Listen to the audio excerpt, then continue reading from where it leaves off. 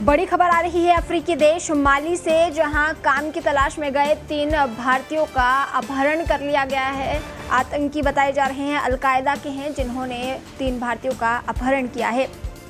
माली में काम की तलाश में ये 3 भारतीय गए थे, जहां आतंकियों ने अपहरण कर लिया है। तीनों माली की एक सीमेंट फैक्ट्री में काम करते हैं। इस बात की पुष्टि गुरुवार को भारतीय विदेश मंत्रालय के अधिकारियों ने की है।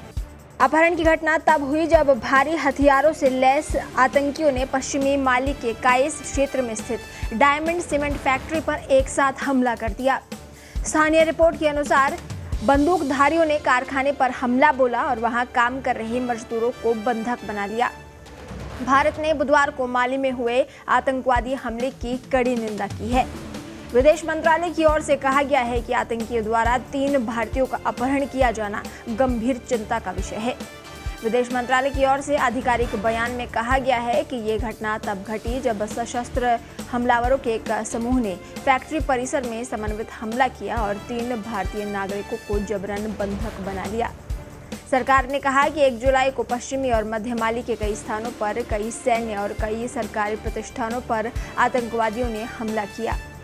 हालांकि अभी तक किसी भी आतंकी समूह ने अपहरण की जिम्मेदारी नहीं ली है, लेकिन अल-कायदा से संबद्ध आतंकी समूह जमात नुसरत अल-इस्लाम वाला मुस्लिमीन ने कहा है कि उसी दिन माली में हुए कई अन्य हमलों के पीछे उनका हाथ था। भारत सरकार ने इस घटना पर गहरी चिंता जताई है। विदेश मंत्रालय ने एक बयान में कहा कि वो अपहृत भारतीयों की सुरक्षित और जल्दी वापसी के लिए हर संभव कोशिश कर रहे हैं। सरकार ने माली प्रशासन से भी तुरंत जरूरी कदम उठाने की अपील की है।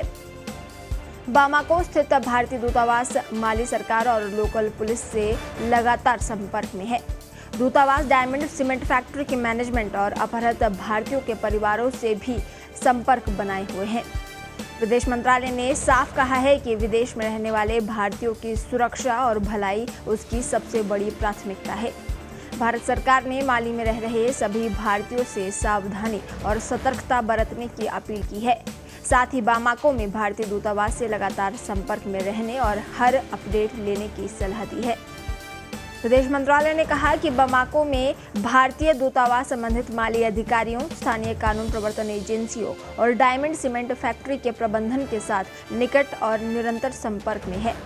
इसमें कहा गया है कि मिशन अपहृत भारतीय नागरिकों के परिवारों के साथ भी संपर्क में है।